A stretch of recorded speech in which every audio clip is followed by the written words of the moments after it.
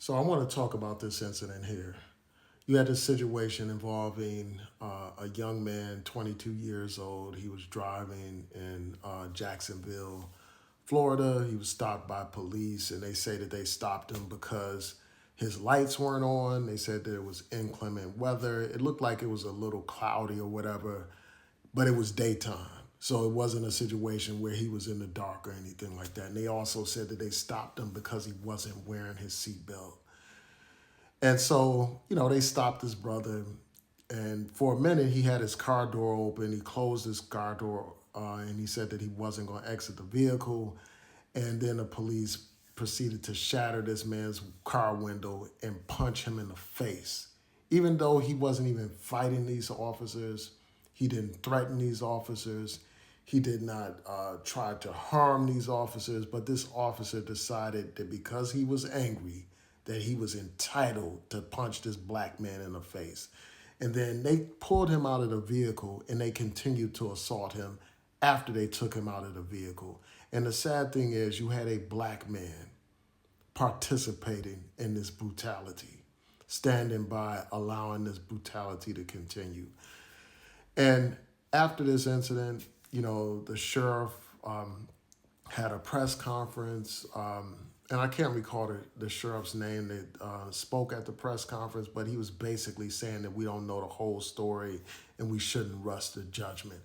And it's just sad to see them bring out one of these house Negroes to try to cover up this obvious and blatant example of racism. It is crazy that a man that's not resisting these police, he's not fighting the police. He may have disobeyed the commands of the police or whatever, and I'll get to that in a second, but he did not physically threaten these police. The police had no right at all to put their hands on this man and punch this man in the face multiple times. And I hope that, something happens to these officers, but the sad thing is, I was reading an article and they were talking about how the prosecutor decided that no criminal laws had been violated and they're not taking any action. And we know Trump's Justice Department is not going to do a damn thing about this particular incident. They're not going to investigate it. They're not going to do anything to bring about justice in this situation, because we know that the Trump administration doesn't give a damn about black lives. They literally eliminated the Black Lives sign in Washington, D.C. They don't give a damn about black lives. So it's going to be up to the people to put pressure on this prosecutor to bring charges against this officer or officers that participated in this incident of police brutality. These officers need to be held accountable for what they did to this young man. Now, obviously, this young man, should have complied with these officers, even though they were dead wrong for stopping him in the first place. These police often come up with pretextual reasons for stopping and harassing people, telling you your lights weren't on and it's not even dark outside as an excuse to stop you. Telling you you're riding without your safety belt on, your seat belt on. So for that, they want to stop you, and then the situation escalates into something like this. We need to limit the interactions with the police as much as possible. People shouldn't be stopped by the police for not having their lights on when it's not even dark outside. That is crazy. And it's just sad that these officers often use this as an excuse to harass black people, humiliate black people, and ultimately brutalize black people.